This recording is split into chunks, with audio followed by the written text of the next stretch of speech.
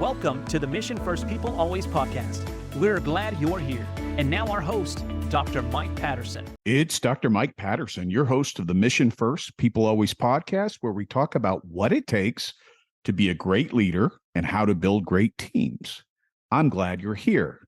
If you like what you hear in today's podcast, subscribe or follow, leave a review, tell a friend, post it on social media, put up a billboard next to a busy interstate, do something to let people know we're here. Seriously, when you follow us or leave a review, it helps other people find us and it allows us to spread the good word about good leadership more broadly. Let's talk about today's topic. According to the World Economic Forum, emotional intelligence is one of the top 10 must-have job skills of the 21st century. And that doesn't surprise me in the least. Here's why. Because the difference between success and failure as a leader often comes down to one's ability to relate to people. It's all about relationships. The lack of emotional intelligence is usually pretty easy to recognize. It's the manager that throws a tantrum when things don't go his way or is quick to throw one of his people under the bus in a meeting. It's the coworker who shares too much at the wrong time. It's the leader who lacks empathy, asking you to sacrifice your family time while he leaves early and then claims the credit for your hard work. It's anyone who lacks the ability to control their emotions and have empathy for others. You will recognize it pretty quickly with most people, and let's hope that that person isn't a key stakeholder in your life or work. Most people readily recognize people who have emotional intelligence in abundance. They're authentic. They're usually good listeners, and they attract people to them. You just want to be around them because they bring out the best in others. They're safe. Perhaps you've heard about emotional intelligence before, how important it is and how everyone who wants to succeed should have it. But you've wondered, what exactly is emotional intelligence? Is it something that people are born with, or can it be developed? Just how important is it? Can you put an economic value on it? What's at risk if I don't have it? Well, that's what today's guest is here to discuss with us. Welcome to the Mission First People Always podcast, where we talk about better business results, stronger teams, more successful careers, and happier lives. Along the way, we hope to bust some biases, build some bridges, and have some fun. We're glad you're here. And now, our host, Dr. Mike Patterson. My guest today is Phil Johnson. Phil is an author and the creator of the Master of Business Leadership program, which focuses on emotional intelligence.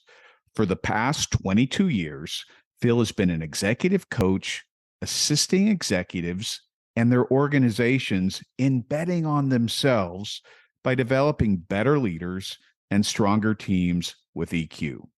Phil, welcome to the Mission First People Always podcast. Thanks, Mike. It's a pleasure to be on your show. Now you're in Toronto, Canada, or the Toronto area of Canada. Yes, I am. I'm in Southern California, so we have a bit of cultural diversity on the program today. But I think we're aligned when it comes to the importance of emotional intelligence as we seek to become better leaders and build better teams. That's the focus of our show. So we're going to talk about why emotional intelligence is so important. Is that what you signed up for, Phil? Absolutely. I'm looking forward to our discussion. Excellent. Well, we're reaching people all over the world, and I'm excited to have this conversation with you today. So let's begin with some basics. I mean, everyone has heard of emotional intelligence. It's very common in the sort of the business media, the business jargon. On our annual performance review, sometimes we're told we need more emotional intelligence, but I'm not sure that everyone knows exactly what that means. So let's break it down for people. What is emotional intelligence and how do we develop it? Yeah, that's a great question, and I completely agree with you. A very simple way to look at emotional intelligence is it's the ability to feel the fear and anxiety that change and innovation always triggers in us and be able to move through it towards what it is we're trying to achieve, as opposed to allowing that fear and anxiety to keep us trapped in our comfort zones. So it sounds like, fear and anxiety and being able to recognize that sounds a little bit about like empathy. Is there a component of empathy and emotional intelligence? Are those synonymous words? How do they Yeah, connect? that's one of the that's one of many of the characteristics of emotional intelligence. As you become more emotionally intelligent, you're also better able to put yourself in other people's shoes, and you develop a greater sense of awareness about what's going on in you and around you. So empathy is one of those characteristics. So, a greater sense of awareness and knowing what's going on within you and around you. It sounds like we're starting with a bit of self-awareness. Am I hearing you right on that? Yeah, it's actually the process of being able to move through our fear, doing what I refer to as the emotional labor of feeling the fear, acknowledge it, and moving through it, as opposed to allowing it to control us, contributes to our becoming more conscious of what's going on in us and around us. See, we're only conscious about 3 to 5% of the time. The rest of the time, we're relying on our habits to determine our behavior and our results. So, in order to obtain, we can't get better results that are beyond our current level of consciousness. We have to we have to raise our level of consciousness in order to get better results. You that's interesting to me. You said we're only truly conscious of what we're doing 3 to 5% of the time. And that would suggest the other 95 to 97% of the time we're operating on habit, muscle memory, whatever you want to call it. Why is that the case? And what do we do about it? That is absolutely the case, and it's essential for our survival. Our unconscious mind is stronger, faster, and takes less of our metabolic energy than our conscious mind. If we had to rely on our conscious mind to survive, we would be dead instantly. Think of it like think of our unconscious mind as an elephant, and think of our conscious mind as a flea on the back of the elephant. Our conscious mind plays an important role, but it's our unconscious mind that determines the majority of our behavior and our results. And you're arguing that we could be, even though this unconscious mode of living life and operating is beneficial to your point, you're suggesting that if we could be more aware, I've heard people use the term mindful or present a bit more, we would be a bit more effective. Is that what you're saying? Yeah, and I would even add to what you're saying here that if we were to become a bit more conscious or more aware, it would have an exponential effect on our results. It would have a dramatically positive effect on our results. And how is that so? That's also a provocative sort of comment that makes me lean in a little bit and want to learn more. Why is there an exponential benefit from becoming incrementally more mindful or present or aware? I want to give you a numeric example, but I also want to answer your question. Let me give you the American example first. Think of intellectual intelligence, our ability to do intellectual labor, as somebody giving us $10,000 a day for 31 days. So at the end of 31 days, you've got $310,000. Think of the development of our emotional intelligence as a penny that doubles in value every day for 31 days. So day one, you've got a penny. Day 31, you've got $10.7 million. Day 40, you've got over 5 billion. Day 50, you've got over 5 trillion. So whereas not everybody can have 160 IQ, anybody can develop their emotional intelligence. And the ROI is dramatically greater than intellectual intelligence. Our ability to do intellectual labor is largely genetic. If you have a high IQ, your parents had a high IQ, and you simply inherited those genes. So, but anybody can develop their emotional intelligence. And there was actually a 40-year study that was recently completed at UC Berkeley in California that compared IQ with EQ, and they determined that emotional intelligence was 400% more valuable in determining career, corporate, and personal success than intellectual intelligence. You got me with that compounding effect idea. And then 400%, the research tells us that EQ is 400% more likely to impact our success than emotional intelligence. I'm in. Not more likely. Will guarantee. Guarantee. Will Well, guarantee. there's few guarantees in life. So now I'll tell you why the guarantee is there. It's because the underlying energy, the underlying thesis of all of this involves energy physics. Well, tell us more about that. Energy physics isn't something we normally talk about on this podcast, so I got to hear more on that. Sure. Bear with me for a little bit here. When we're born, we're not born with a conscious mind. We don't start to become conscious until we're about a year or so old, but we are born with an unconscious mind, and we immediately start wiring up our brain, creating the neural network pathways that become our habits in order in large part to survive, to fit in, to get food, that kind of stuff. And a lot of those habits unconsciously cause us to give away our energy. And we do it in a myriad of ways. How we communicate, listen, take responsibility, make decisions, all sorts of ways that actually pull us away from being more mindful or present in the moment. But when we do that, it creates an energy deficit in us. So at the same time we're unconsciously giving away our energy, we have to be replacing that energy by trying to steal it from other people. And that dynamic is going on inside of everybody, everywhere, all over the world, all the time. And what I've just described to you in very simple terms is the root cause of all drama, chaos, and conflict everywhere in the world. So what I do in the MBL program is I show people how they're unconsciously giving away their energy, and I give them better habits to practice to stop doing that.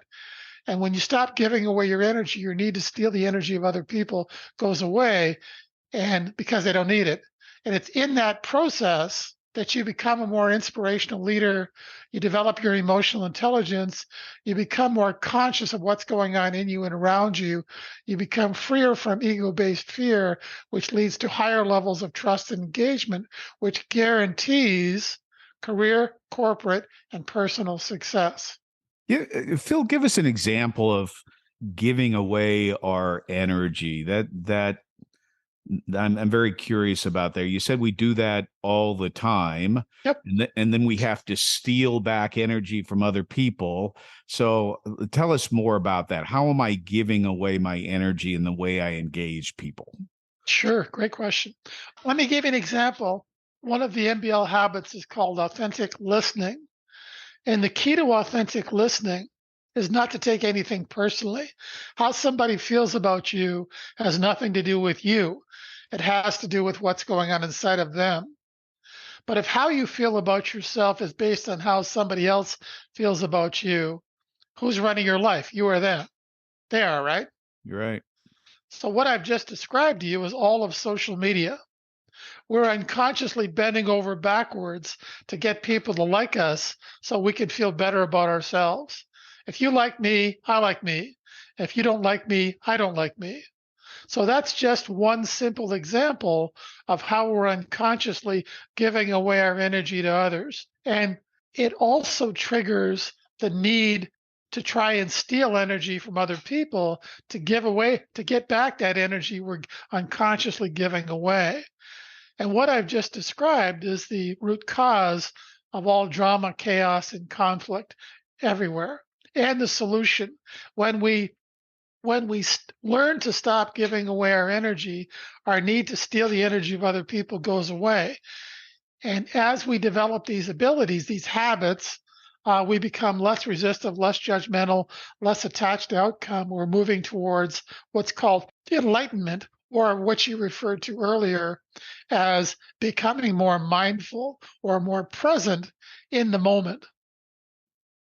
So, how do we develop this idea of this emotional intelligence, mindfulness, present in the moment, holding on to our energy? All those things are very positive, and I and probably most of my listeners want a lot more of it. How do we develop it? I will tell you how to develop it. I've actually just told you how to develop it, but I'll also tell you what gets in the way of people developing it. Let's see. So we have to have, the journey starts out, you have to have an emotional connection to something you're trying to achieve, some desired result that's greater than the fear that's going to get triggered in you when you step outside of your comfort zone in order to achieve those results. So if you don't have an emotional connection to something you're trying to achieve that's greater than your ego-based fear, you may want better results than you're currently getting, but you will not be willing to do the emotional labor that getting better results requires. And quite frankly, most people aren't. So what they try and do instead is if they're unwilling to change themselves, they often try and use position-based power to change everybody else, to try and control, manipulate others, to steal their energy.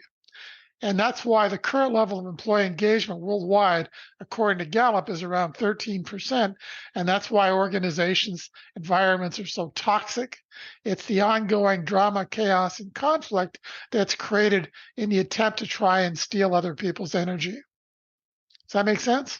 It does.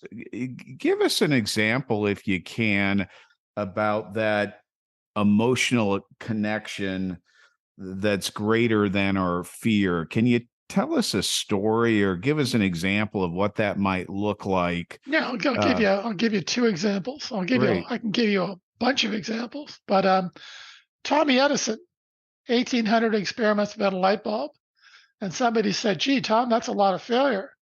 He said, "What do you mean? I just learned 1799 ways not to make a light bulb." It was always about making a light bulb. I didn't know how many experiments it was going to take. Or Walt Disney got turned down by over 2,000 banks before he was able to generate enough money to begin construction of Disney World. And he actually died before it was completed. And somebody at his death said, "Gee, isn't it too bad Walt never got a chance to see his dream come true?" And the guy said, "Well, really, he did, because if he hadn't seen it, he wouldn't have been willing to do what he did so that we could see it." So he had an emotional connection to a desired result that motivated him to keep moving forward through the fear and anxiety that got generated in him when he left his comfort zone to create Disney World. So that's an example of the kind of emotional connection that we all need to have in order to motivate us to leave our comfort zone in the pursuit of better results. So those are two greatest historical examples. Thomas Edison, Walt Disney, we all know their stories. But what about the everyday person who works at a 9-to-5 job at the bank or the bakery or wherever they work? How do they find that emotional connection to something that's greater than themselves? What is that? I'm not doing. I don't have a vision to create the next light bulb or to build Disneyland, but I need to get myself fired up and engaged to do something important at work. How do I give us some advice for the everyman? Well, Mike, let's talk about you. Okay. And in our pre-discussion, one of the questions I asked you is, why do you do what you do? And your answer was that you wanted to try and spare people the pain that you experienced by having very toxic leaders in your life. Yeah, that's true. So, so I would say that you have an emotional connection to making that happen, to being of service in the way you are, that motivates your action. And So that's the kind of emotional connection we all need to obtain better results. so we need to focus on something that's important to us, that's bigger to us, that clicks within us, that's far more than pleasing the boss, earning our paycheck, pleasing our peers, being liked. It's about something that's bigger, that matters. Correct. All right. You've spoken in passing a couple of times, and I mentioned this in your introduction, that you're the creator of something you call the Master of Business Leadership program. You're an executive coach. You've created this program. Tell our listeners a bit about the program, what you do in the program, how you help people with what you do. The MBL program, the Master of Business Leadership program, is a 13-week program where I simply show people, we get together once a week for about an hour for 13 weeks, and I show people how they're giving away their energy, and I give them better habits to practice to stop doing that. And then we track their actions and results week by week. Do you That's see do you see growth and change on a weekly basis? yes. And that the growth and change increases exponentially over time. If you listen to and see, if you listen to, I think I may have sent you some short videos about executives that have gone through the program and their feedback. As they go through the program, as they become more conscious of what's going on in them and around them, as they start to get better results, they're amazed at how much they didn't know. And that's the difference between knowing something intellectually and knowing something experientially. The development of emotional intelligence is not an intellectual process, meaning you can't develop it by reading a book or having a conversation or watching a video. It's an experiential process that always requires an initial leap of faith, because you can only connect the dots in hindsight after you've taken that leap of faith. Now, you probably don't want to give away all the good ideas that you deliver to people in the program, but is there one habit that you can share with us, that you share with your folks going through the MBL program, that would kind of whet our appetite for what you do? Sure. I'd be happy to. There's one of the habits called authentic listening. And the key to authentic listening is not to take anything personally. How somebody feels about you, whether they like you or whether they hate you, has nothing to do with you. It has to do with what's going on inside of them. But if how you feel about yourself is based on how somebody else feels about you, who's in control of your life, you or them? Well, it's them, right? Yes. You're unconsciously giving away your energy to them to determine how you should feel about yourself. If you like me, I like me. If you don't like me, I don't like me. And as strange as that sounds, what I've just described in very simple terms is all of social media. We bend over backwards trying to put forward the best version of ourselves to get people to like us. And in that way, we're unconsciously giving away our energy. And that's creating the subsequent effect that we also need to be stealing energy to make up for the energy we're unconsciously giving away. But to say I don't care what someone thinks about me, or how they respond to me, or how they react to me, that's tough. How do we overcome what would seem to be very natural, that I do care how people respond to me? Practice. It's If you like me, that's great. I'm glad you like me. If you don't like me, that's unfortunate. But whether you like me or whether you don't isn't going to determine how I feel about me, So right?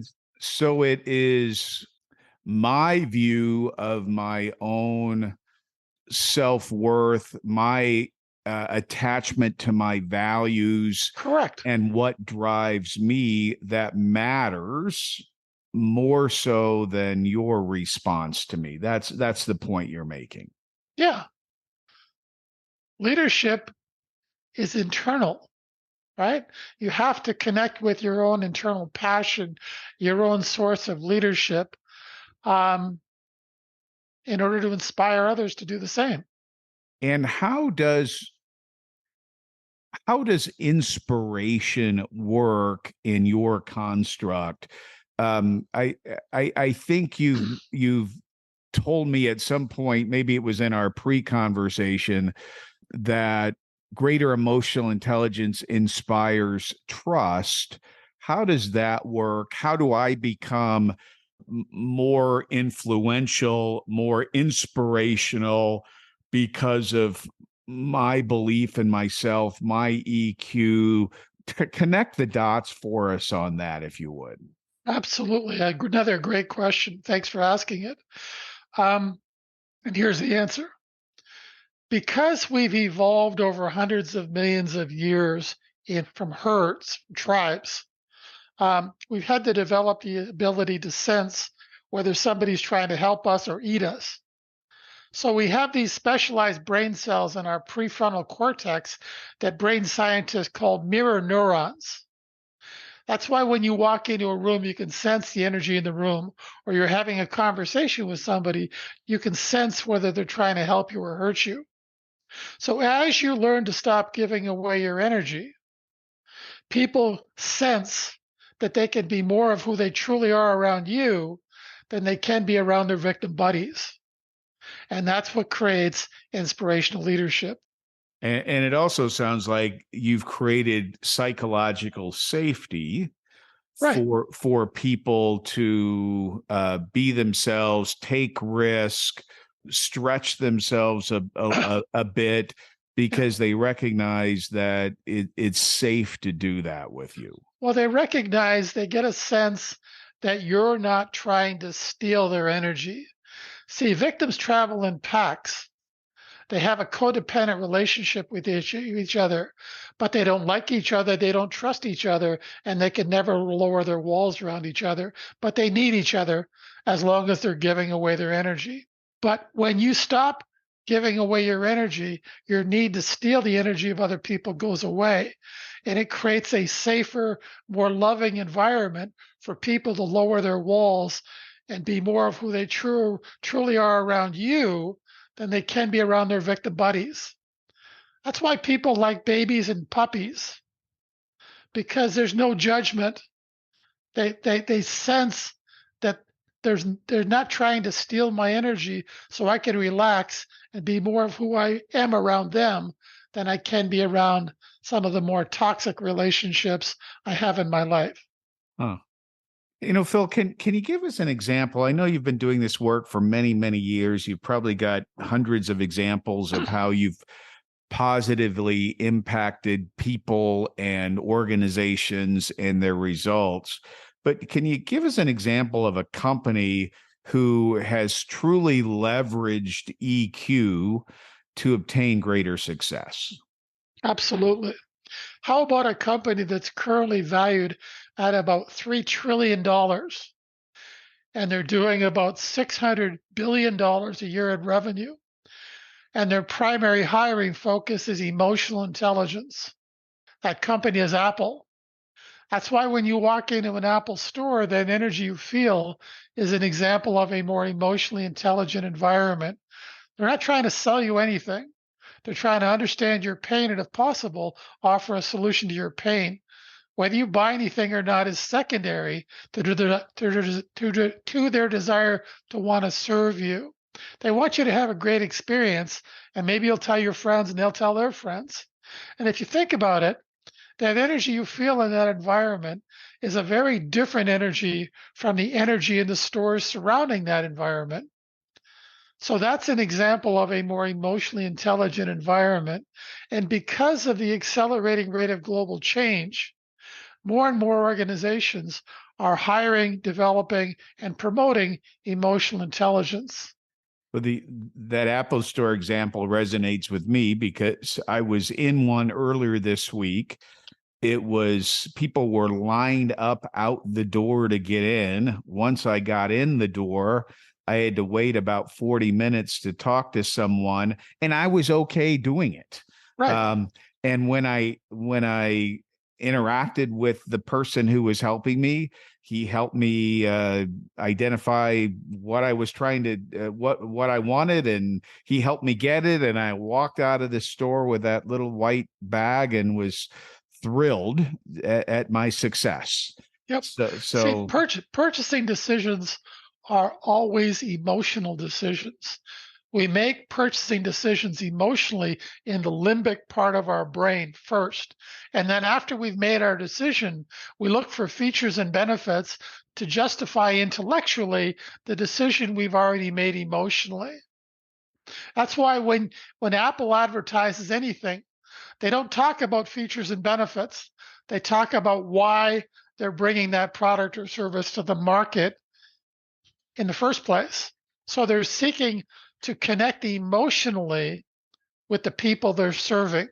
that's that is true, and I think that's a message that a lot of our listeners might want to take into account if they're in sales or trying to persuade people to do anything. It's not about being persuasive or selling them something. It's about meeting their need and creating a positive experience through that interaction. So, and that happens simply by learning to stop giving away your energy. By learning to stop giving away your energy, you can literally outcare your competition. outcare our competition. I love that expression. See, let me explain it. If somebody trusts you, and I want to talk about the trust economy just a little bit. Please. If somebody trusts you, well, hang on. The trust economy, because of the accelerating rate of global change, we can't keep up. So we're relying more and more on our network of trusted advisors to make decisions. The trust economy is currently valued at over $10 trillion a year. And to put that in perspective, if the trust economy were a country, it would be the third largest country in the world behind the United States and China. So, see, if people trust you, they'll find a way to deal with you. They'll find a way to work with you, even if you don't have the best pricing or the best technology. Conversely, if they don't trust you, they'll find a way not to deal with you, even if you have the best pricing and the best technology. So by developing your emotional intelligence, by learning to stop giving away your energy, you literally can develop deeper, more trusted advisor relationships than your competition. You can literally learn to outcare your competition. You can take relationships to a level of trust and engagement that your competitors simply cannot. And that's something we all want, is that It's working pretty well for Apple. Yeah, indeed. See, if Apple wanted to get into banking and they know nothing about banking, they'd have 10 million depositors overnight, because people would say, you know what? I know Apple doesn't know anything about banking, but if they're getting into it, I trust them that they'll figure it out. I'm in. Mm-mm. That's the value of trustability. That's what happens when you learn to stop giving away your energy. You become less resistant, less judgmental, and less attached to outcome. And people, because of their mirror neurons, begin to trust you like they trust babies and puppies. Bill, this has been a fascinating conversation. Our time is winding down. So for all of my listeners who have been part of previous episodes, you know that one of the questions I always like to conclude my conversation with guests with is this one. What's something our listeners can begin doing right away that will help them be a better leader or a better team member, better salesperson, better at whatever they're trying to do? Phil, what's one thing people can start doing tomorrow? Focus on your breathing. Focus on your breath. When you're focusing on your breathing, that pulls you into the present moment and lowers your walls. You stop thinking and you stop giving away your energy. So, a very simple exercise is to simply take 5 or 10 breaths and just really focus on the breath coming in through your nose and out through your mouth. And that will pull you into the present moment and you'll be on your way to better results. I love it. And that's something that we all can do. Doesn't cost anything. It requires us to simply focus. So, Phil, what is the best way? And whatever you give me as your answer, I'll make sure that gets into the show notes. But what's the best way for folks to get in touch with you? If you said something that has caused them to want to reach out, learn more, connect with you, work with you, how can they reach you? What's the best way to do that? Yeah, the easiest way for them to continue this conversation with me is to just jump on my calendar and we can meet over Zoom and have a chat. Great. And I'll make sure and put that link in the show notes. Phil, thank you for being a great guest on the Mission First People Always podcast. I've learned a lot. You've presented some ideas in a way today that I didn't expect, but they made sense. And I hope our listeners found great value from this conversation. So until next time, I encourage you to be a leader who balances people and performance. Be present, be in the moment, be an authentic listener. Thanks for listening. We hope you enjoyed today's episode. If you want to create a stronger, more people-centric and empowered culture for your organization, visit drmikepatterson.com.